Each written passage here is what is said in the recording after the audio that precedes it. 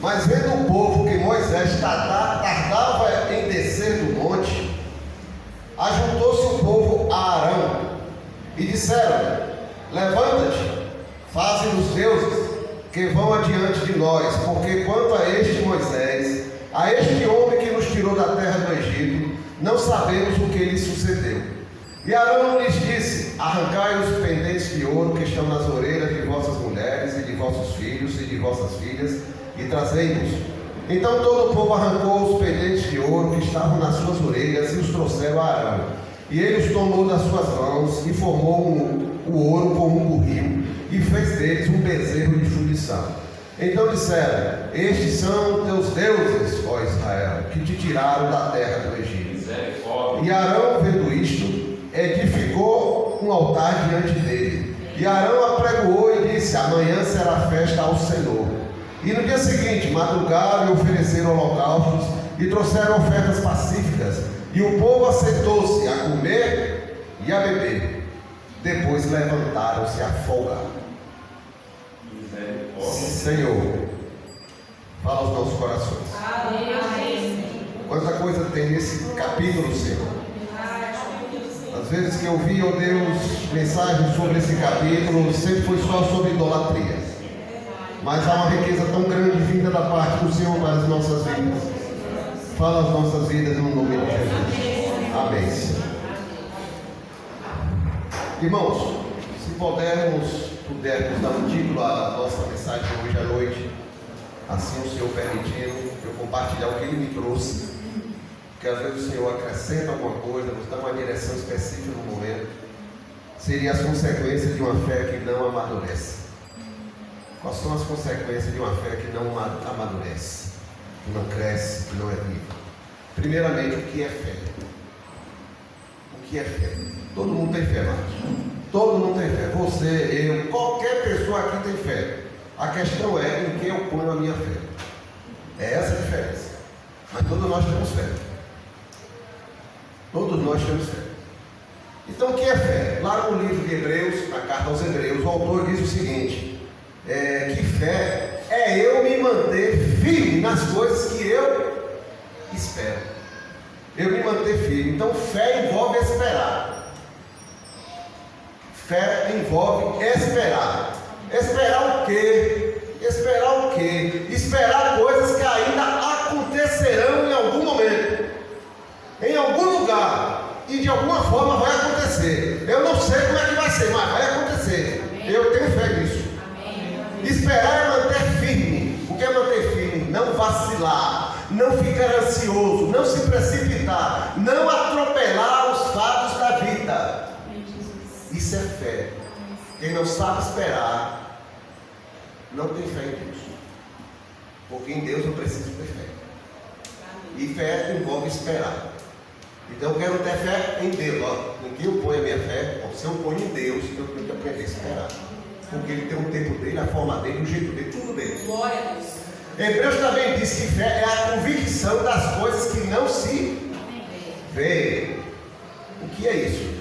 Então fé também é ter uma certeza que mesmo sem eu ver, que mesmo eu não tendo controle da situação, mesmo eu não sabendo como vai acontecer, ou como será resolvida a situação, aquilo que me foi prometido por Ele vai acontecer e vai chegar das minhas mãos. É isso que é ter fé em Deus. É isso que é ter fé em Deus. E Deus disse que o justo viverá pela fé. Amém. Tem alguma coisa difícil de entender isso? O problema é a prática, né?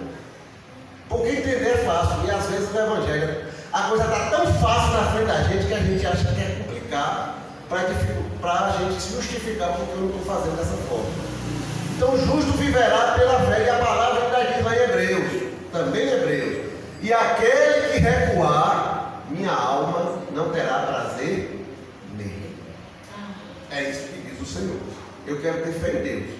O Senhor está dizendo como é que é a fé. Então Ele quer que a gente avance pela fé. Amém. Então o que é que Deus está dizendo? O meu justo, que vive pela fé, sabe esperar. Amém, Márcia? Amém. Glória a Deus. E o que é esperar? É lutar contra a ansiedade. O justo sabe lutar contra a ansiedade. Ele vai aprendendo ao longo da vida. Ninguém nasce sabendo. Eu tenho que, com o tempo, com o dia a dia, com minha vida, lutar contra a minha ansiedade. Eu tenho que aguardar o mover do Senhor. Aleluia, Jesus. O justo aguarda o mover do Senhor, porque ele vive pela fé. Ele aguarda o mover do Senhor. Ele não se precipita com ações humanas. O que é se precipitar com ações humanas? Eu não vou fazer o que Deus não me mandou fazer. Eu só faço o que Deus me deu direção de fazer. E assim eu faço. Se Ele não deu, ação humana não vai acontecer. Só no mundo do Espírito. Então ele aguarda. Ele confia no espiritual. O justo que vive pela fé, ele não sabe como Deus agirá. Como é que Deus vai agir? Não sei. Mas eu sei uma coisa, ele vai agir. Porque ele falou que vai, ele vai fazer. Ele sabe que ele vai intervir. Deus vai intervir em algum momento na história. Deus vai convencer alguém, porque eu não sei convencer ninguém. Eu estou para Deus convencer aquela pessoa. E Deus vai convencer. Porque essa obra é dele, não é minha. Eu não sei como mudar a história. Eu não sei como mudar a sequência do que está acontecendo. O negócio não está fraco, não está bonito, está feio. Deus muda a história. E o justo confia que Deus vai mudar a história. Por quê? Porque o justo tem convicção. O justo tem convicção de que o propósito de Deus sempre se estabelecerá. Amém. Amém. E o que é uma fé que não é madura? Até agora foi tudo bonito, né? E o que é uma fé que não é madura? Uma fé que não sabe esperar. Uma fé que não suporta o silêncio de Deus. Uma fé que não se relaciona com Deus. Como é que vai ser amigo de Deus se não se aproxima dele? Uma fé imatura revela pessoas inseguras, ansiosas, precipitadas nas ações e nas palavras, que não confiam no invisível, não confiam no que Deus vai fazer, porque querem antecipar, confiam apenas naquilo que pegam, no que veem e no que podem fazer com suas mãos. Em Êxodo 32, nós vamos tirar alguns exemplos dessa imaturidade na fé, para que sirva de lições para as nossas vidas. Amém. Primeira lição: não entender o silêncio de Deus e o agir, o inimigo, consequências da fé imatura. Não entender o silêncio de Deus e agir com a pressa humana. São duas consequências de uma fé imatura. Irmãos, Moisés subiu ao Monte Sinai. E lá ficou, como a gente falou aqui, está registrado em Êxodo 24, sobre isso. Ficou 40 dias e 40 noites. Recebendo orientações diretamente de quem? De Deus. E quem disse que ele estava recebendo de Deus? Deus falou, aquele grupo ali, foram 70 anciãos, Arão, Josué e Moisés. E Deus falou ali entre eles: Moisés, meu servo, suba ao monte que falarei com ele. Então eles estavam sabendo quem foi que chamou Moisés lá em cima. E assim passou para o povo. Mas no pé do monte, lá embaixo, ficou o povo. Um povo. E Arão ficou na direção. Na ausência de Moisés, Arão ficou sendo o líder do arraial. Irmãos, os povos antigos, só para a gente explicar alguma coisa que às vezes a gente vê na Bíblia.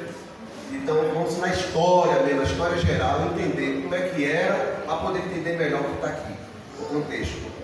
Na história antiga, os povos antigos é o seguinte: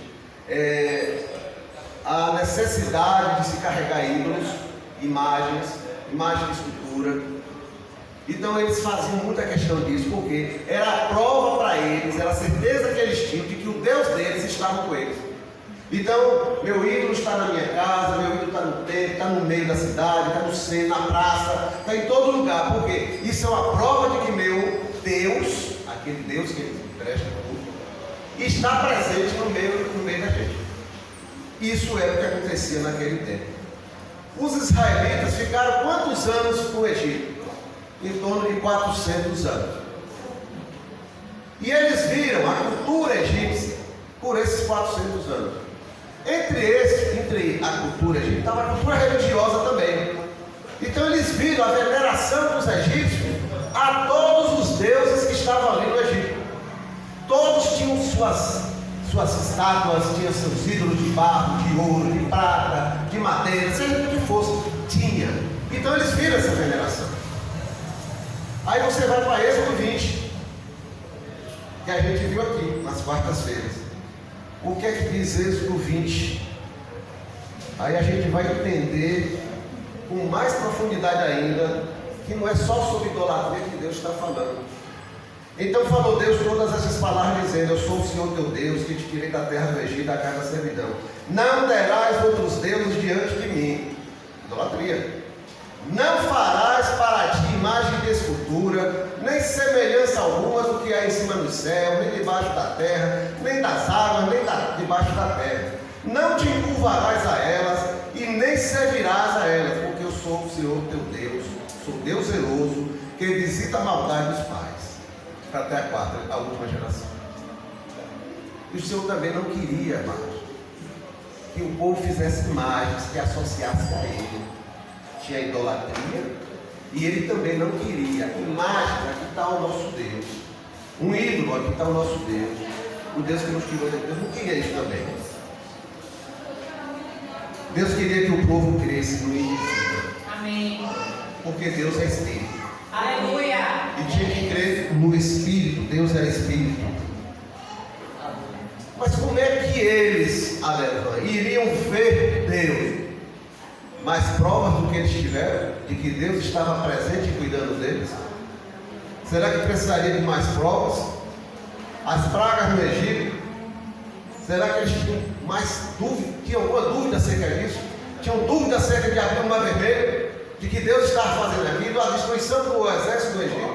Todo dia caindo maná, todo dia a nuvem cobrindo para que o sol não castigasse eles, toda noite a coluna de fogo iluminando e aquecendo o povo no meio do deserto, que é muito frio à noite. A carne chegando pelo ar. Já viu isso? O iFood do deserto, Deus mandando. Carne chegando pelo ar. Glória a Deus. Mas o povo ligou sua fé à figura de Moisés, a imaturidade. Por mais ensinamento, por mais palavra, por mais que o Senhor chame a atenção, eles ligaram à figura de Moisés. A figura de Moisés, a presença de Moisés dava segurança a eles que Deus estava com eles. Era um ídolo vivo. O Senhor quis estar com eles. Quando a gente vai ver lá em alguns capítulos anteriores de Êxodo, Deus se ofereceu para estar no meio do povo, mas o povo teve medo e recuou. Moisés, você vai lá e conversa com ele, ouve e traz para a gente. Deus queria falar diretamente a todos eles.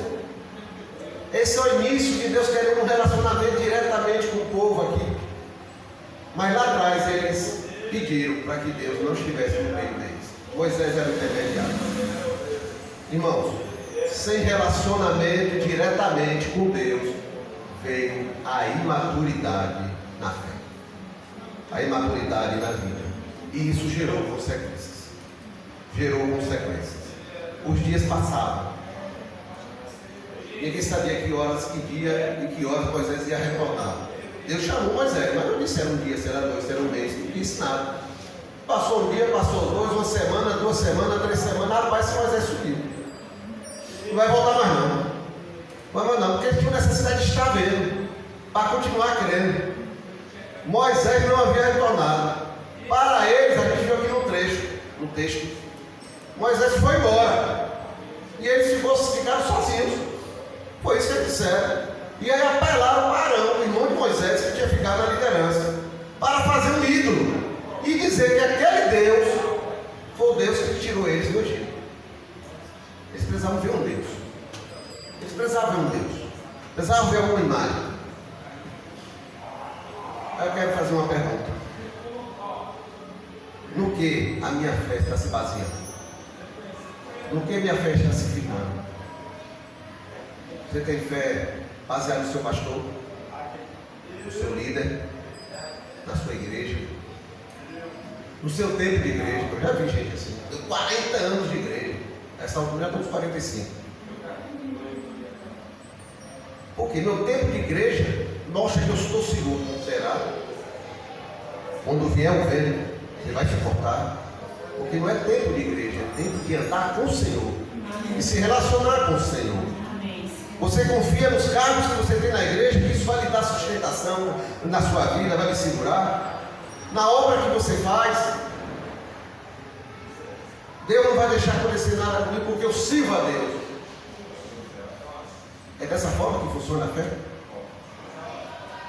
Você tem fé baseada na fé do seu marido, na fé de sua esposa, na fé de seus pais? Você pode participar de um ciclo de oração junto com Paulo, Pedro, Tiago. Esse ciclo de oração poderoso. Mas você tem que andar com o Senhor também. Não vai adiantar nada. Deus precisa estar também na sua vida. Amém. Glória a Deus. Você tem fé na sua condição financeira, no seu conhecimento intelectual, no nome da família, no seu emprego. Quanta coisa a gente pode ter fé. E muita gente tem fé nessas coisas, não em Deus. Mas se alguma coisa dessa relação que eu falei, só essa relação, porque a relação poderia ir embora aqui, mudar, deixar de acontecer, deixar de existir, o que vai acontecer com você? Qual vai ser a sua identidade? Eles também, irmãos, não aguentaram o silêncio de Deus. Mas é um negócio desafiador. Eles se acostumaram com as manifestações praticamente diárias de Deus. Todo dia Deus falava alguma coisa ou dava alguma coisa. De repente Moisés foi para a sua missão que Deus lhe chamou. Já tem 40 dias praticamente. E ele não vê Moisés, não tem nenhuma revelação nova através de Moisés. E eles não se acostumaram com aquele silêncio daqueles dias. Deus nos abandonou. Deus deixou de falar conosco. Mas Deus queria estar só com Moisés nesse momento. Deus queria estar. E eles teriam que aguardar o retorno do líder para ouvir a mensagem que Deus transmitia ao líder para passar para eles. Era assim que funcionava. Eu queria fazer outra pergunta. Para você, o que são os momentos do silêncio de Deus? Quando Deus silencia, qual é a sua atitude? Você continua confiando e obedecendo a Deus? Essa é a nossa atitude. Você percebe que Deus quer te ensinar a esperar? E fé é esperar. Fé que não sabe esperar não é fé. Durante o silêncio de Deus, você aproveita para examinar e refletir sua vida pelos critérios de Deus. Senhor, como é que está a minha vida? O Senhor não tem falado ultimamente para mim diretamente, alguma coisa assim nova. Então eu vou fazer o seguinte, deixa eu examinar a minha vida. Como é que está a minha vida, Senhor, diante da tua palavra? Porque a palavra está aqui, ela nunca silencia. É a palavra de Deus registrada, escrita, para a gente conferir todo dia. Senhor, minha vida está de acordo com a tua palavra. Será que no momento de silêncio de Deus, Ele está esperando alguma atitude minha, que Ele já me deu direção e eu não fiz ainda, mas eu quero que Ele continue falando, e Ele diz, mas eu te mandei, você perdoou, você não perdoou, o que é que eu vou te ensinar mais? Eita Jesus, glória a Deus. Eu te mandei você tomar uma atitude no seu trabalho e você não tomou, o que é que eu vou te falar mais agora? Primeiro você dá um passo à frente, e eu continuarei, voltarei a falar com você. A palavra foi dada para você, pratique o que você já conhece. Silêncio de Deus. Silêncio de Deus é tempo de mergulhar na palavra de Deus. Amém. Você continua a sua vida de oração no silêncio de Deus? Mas Ele não está falando comigo, Adébora. Senhor, repete a última vez que o Senhor falou, porque talvez seja isso que está travando. Continua a vida de oração, irmãos. Durante o silêncio de Deus, Deus molda o nosso caráter, molda a nossa vida e molda o nosso temperamento. Amém. e aprender a esperar nele. Porque ele nos conhece. Ele sabe que nós precisamos e no momento que precisamos. Nos momentos de silêncio de Deus, nós nos tornamos mais sensíveis a Ele, se continuamos confiando nele. E Ele sabe. Segunda lição: aquele povo, uma fé imatura, ver as obras, não gerou fé naquele pessoal. Faltou relacionamento com Deus. Êxodo 32, 7 a 9, diz o seguinte: então disse o Senhor a Moisés: vai e desce. Deus agora está chamando Moisés. Ó Moisés, estou conversando aqui com você, o papo está bom, já passei o que eu tinha que passar, mas a realidade é o seguinte: Deus vai apresentar um relatório. Olha, eu trouxe aqui um relatório acerca do que está acontecendo no arraial. Quem vai questionar o relatório de Deus? Ó Senhor, tem umas falhas aqui no seu relatório. Tem umas coisas aqui que o Senhor exagerou. Quem vai questionar o relatório de Deus? Então disse o Senhor a Moisés: vai, Moisés, desce. Agora a ordem é descer. Porque o teu povo que fizeste subir do Egito se tem corrompido, e depressa se tem desviado do caminho que eu lhes tinha ordenado. Fizeram para si um bezerro de fundição, e perante ele se inclinaram, e sacrificaram-lhe, e disseram: estes são os teus deuses, ó Israel, que te tiraram da terra do Egito. Disse mais o Senhor a Moisés: tenho visto este povo, e este é um povo obstinado.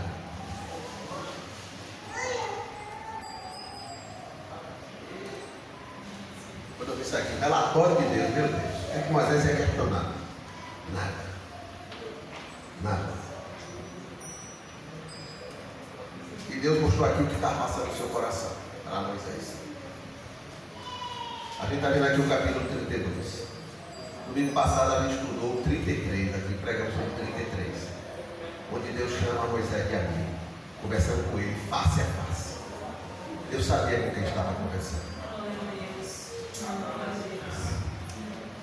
Fizeram, Moisés, um bezerro de ouro, e estão lá fazendo sacrifício, e dizendo que foi aquele Deus, aquele ídolo que tirou eles do Egito. Humanamente, a gente analisando Deus pelo lado humano, como se fosse um humano, a dor que ficou no coração de Deus. Tem pouco tempo que foram libertados, né?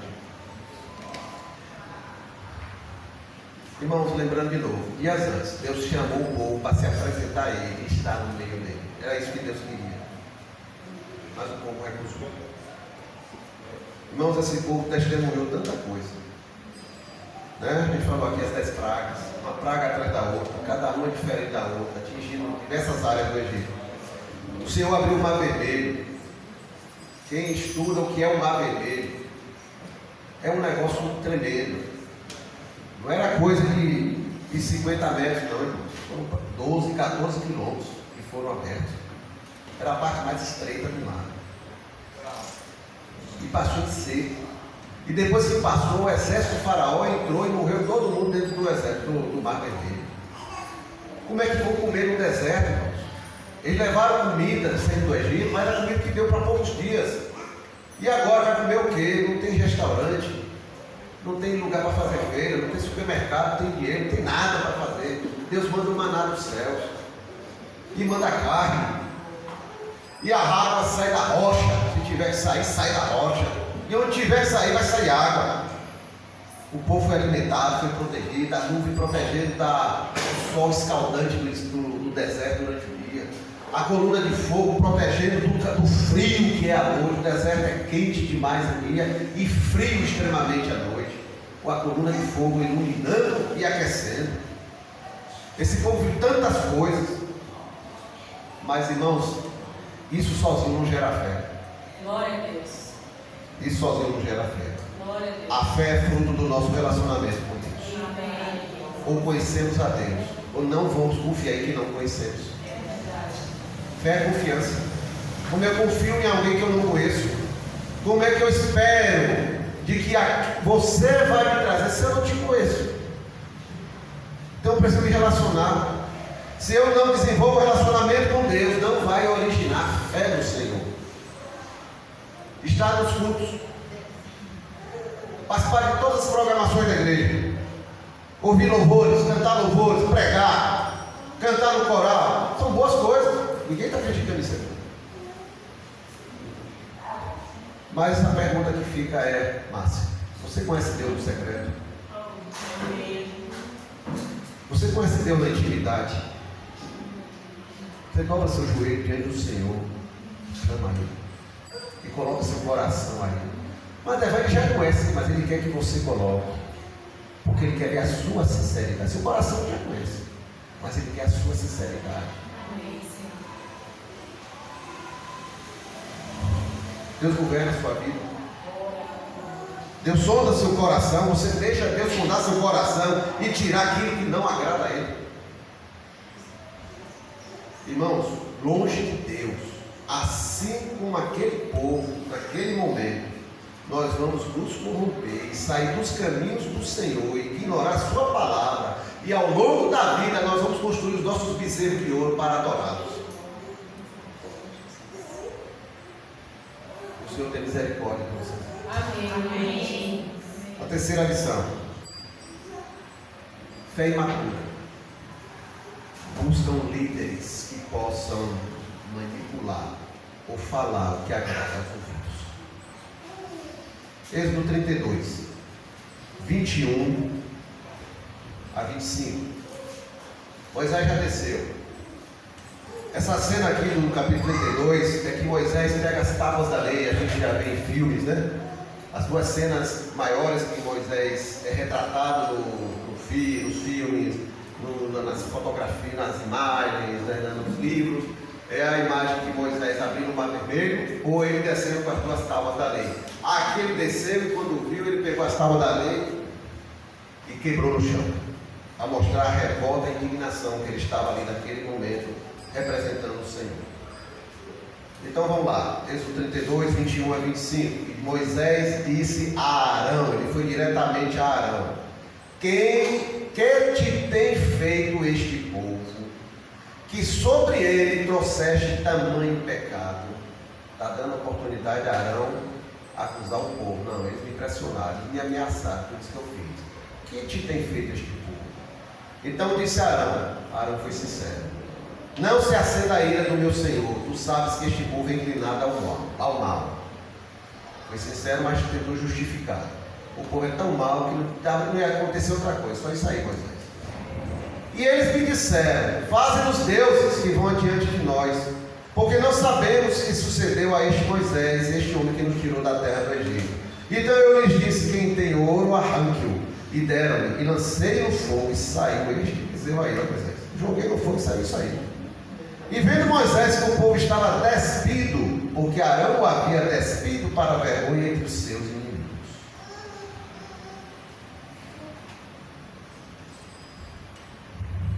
Arão deixou claro que não foi ameaçado pelo povo. Foi o lado, a única coisa positiva do que Arão falou. Não mentiu, não escondeu, não fui ameaçado. Apenas atendeu. Justificou que o povo era inclinado ao mal. Ou seja, o povo é tão mau. Você esperava o que desse povo, Moisés? Maldade mesmo, eu só fiz dar sequência. E ainda completou dizendo que jogou no fogo e saiu aquele bezerro. Que fogo, que artífice, né? Artista de primeiro fogo, né? Perderam essas brasas por lá, pelo deserto. Irmãos, Arão escolheu seguir o erro do povo, quando deveria ter exortado e impedido o que ia acontecer. Era a hora dele confrontar, dele estar à frente da liderança de verdade e dizer: aqui não. Aqui não. Infelizmente, irmãos, há pessoas que lideram nas igrejas, mas não têm firmeza, nem visão acerca do que Deus espera delas da liderança. Não sei como chegaram à liderança, chegaram, mas não tem firmeza no Senhor, não tem firmeza no Evangelho, não tem firmeza nas suas convicções, e não tem firmeza principalmente no que Deus espera delas. Essas pessoas não suportam pressões. Na hora que a pressão, às vezes até consegue fazer algo aparentemente bom, mas quando a pressão vem, elas estão mais preocupadas com a sua autoimagem. vão pensar de mim? O grupo está pedindo isso, não quero fez. O grupo está pedindo, eu tenho que agradar o povo. Eu tenho que fazer o que eles estão pedindo. Eles são mal mesmo, só vai ser isso aí, então eu só vou fazer o que eles estão pedindo. Não suporta a pressão, se preocupa com a autoimagem e acabam não confrontando os desordeiros e os rebeldes que podem surgir no meio do povo. Não são firmes nas verdades do Evangelho. Se deixam levar pelas más influências e agradam mais a homens do que a Deus. Infelizmente, no meio das igrejas há muitas pessoas assim. E muitos problemas que acontecem também é por causa disso aqui. Então, qual pastor, qual líder, qual conselheiro que você está buscando para a sua vida? Quais os critérios que pesam na sua escolha? Você quer ouvir o que você precisa? Ou o que agrada ao que você está querendo? O que é que você está escolhendo para a sua vida, no seu dia a dia? Aonde você está indo? Você quer ouvir o que Deus quer falar na sua vida? Ou aquilo que agrada a sua alma? E você volta para casa todo tranquilo, e não precisa mudar nada na sua vida, porque está tudo perfeito e você sabe que não está. Paulo, em 2 Timóteo, diz o seguinte, capítulo 4, de 3 a 5: porque virá tempo em que não suportarão a verdade, mas terão coceira nos ouvidos, e ajuntarão para si mestres e líderes conforme as suas próprias concupiscências, vontades carnais, e desviarão os ouvidos da verdade, voltando para as fábulas.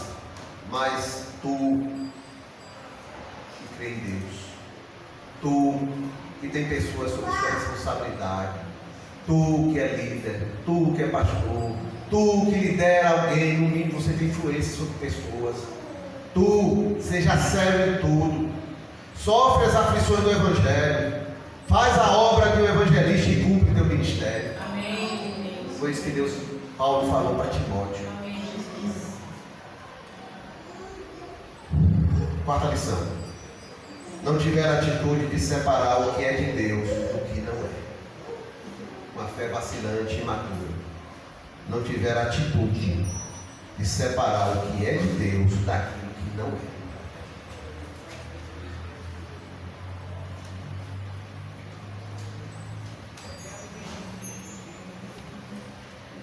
Êxodo 32, 25 a 29. E vendo Moisés que o povo estava despido, porque Arão o havia despido, para a vergonha dos seus inimigos, pôs-se em pé Moisés na porta do arraial e disse: quem é do Senhor, venha a mim. Então se levantaram, se ajuntaram eles, todos os filhos de Levi, e disseram-lhes: assim diz o Senhor, o Deus de Israel: cada um põe a sua espada sobre a sua coxa, e passai e tornai para o arraial, de porta em porta, e mate cada um a seu irmão, e cada um seu amigo, e cada um a seu próximo. E os filhos de Levi fizeram conforme a palavra de Moisés, e caíram daquele povo naquele dia os 3.000 homens. Porquanto Moisés tinha dito: consagrai hoje as vossas mãos ao Senhor, porquanto cada um será contra o seu filho e contra o seu irmão, e isso será hoje por bênção.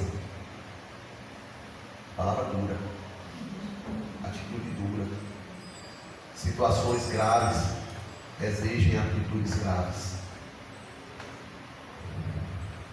O povo desandou nas ações,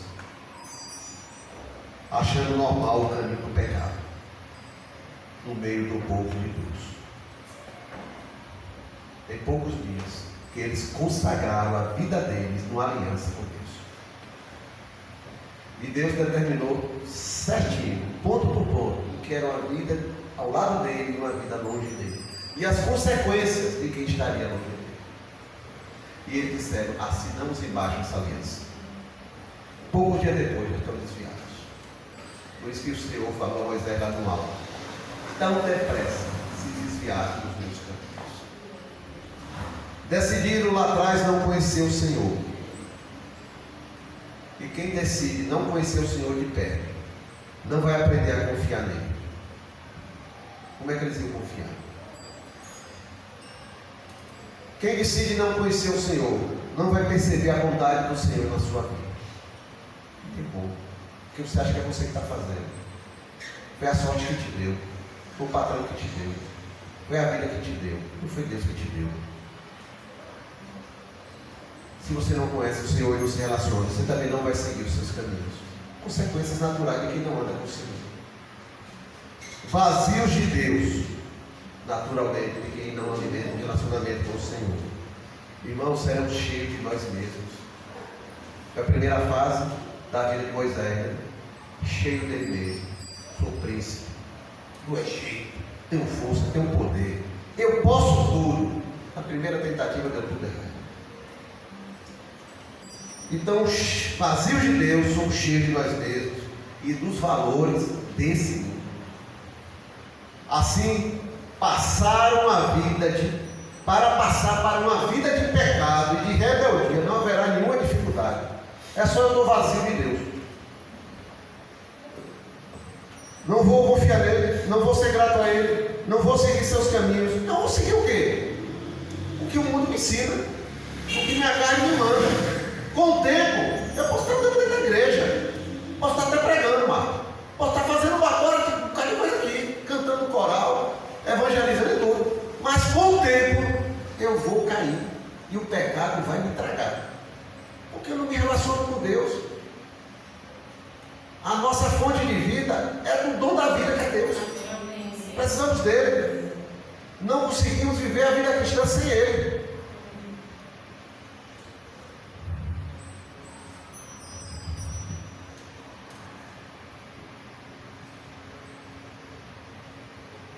Falamos de atitude nessa lição. Sou eu que tomo a atitude de ficar separado da maldade do mundo e de suas obras más. Isso não acontece. Eu estou aqui, de repente, veio uma nuvem e me cobriu, pronto, agora está afastado da maldade do mundo. Não.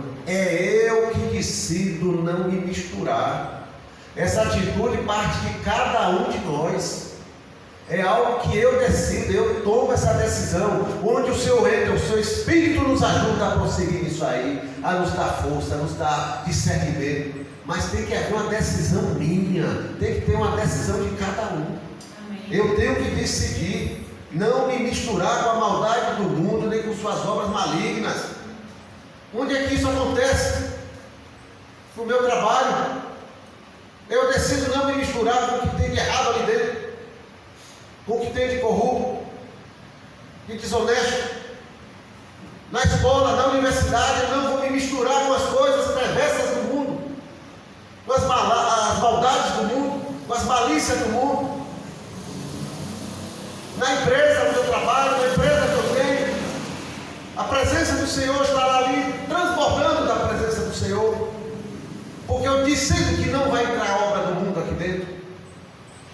Na família, você tem que se colocar, mas não é só eu, pronto, mas o que depender de você, se posicione. Eu não vou participar disso, eu não assino embaixo disso, eu não concordo com isso, porque isso aqui não é do Senhor. Em todos os relacionamentos, como é que estão os seus relacionamentos? Nós não temos relacionamentos só aqui na igreja. Como estão os seus relacionamentos no trabalho, na universidade, na sua família, na sua vizinhança? Não se deixe levar pelas obras do mundo. Se posicione, eu sou servo do Senhor. E não vou me misturar com essas coisas. Amém. Ah, porque nós vamos para tal lugar, você não vai não? Não, não vou não, porque eu sou servo de Deus. Amém. Lá não é lugar digno para um servo de Deus. Será que eu tenho coragem de falar isso? Seja para quem for.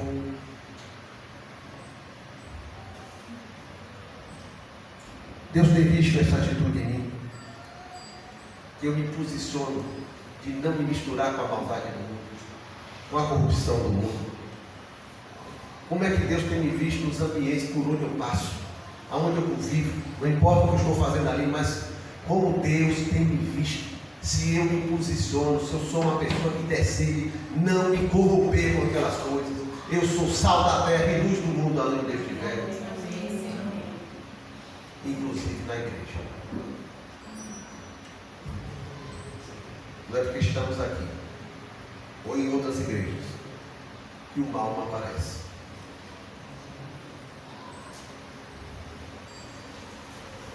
temos que nos posicionar. Moisés se posicionou diante da situação que ele viu. Moisés se posicionou diante do povo. E Moisés se posicionou diante de Arão.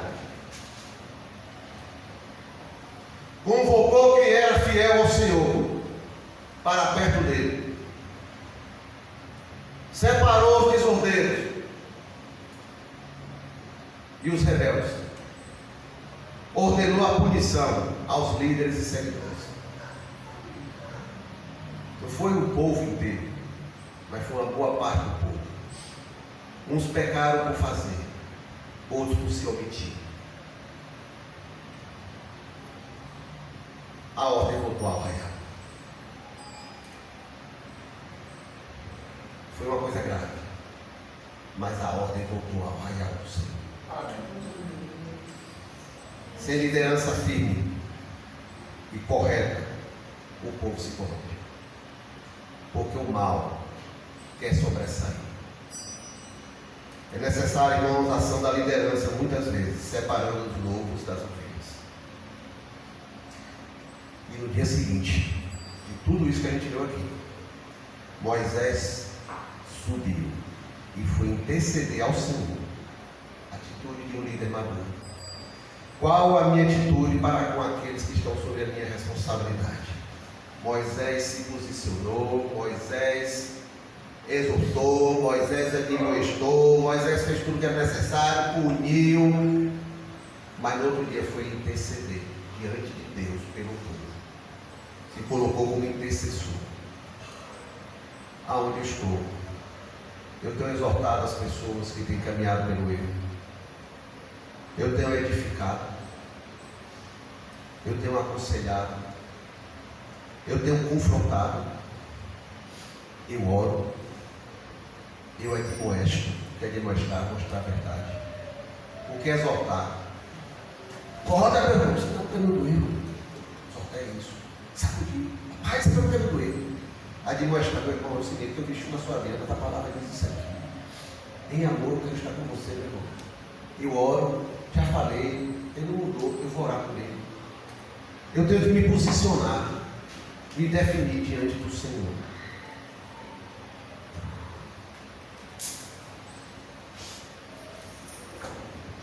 A última lição. Deus nunca desiste de nós. Ele nos quer maduros ao lado dele. Esse é o propósito do Senhor. Qual teria sido a nossa atitude no lugar de Moisés? Diante de tanta imaturidade, diante dos nossos olhos,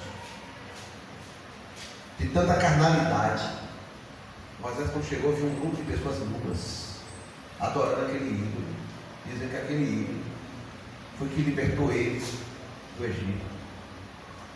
E o estar nu já foi fruto do quê? Bêbados, tipo de festa que eles estavam prestando aquele ídolo.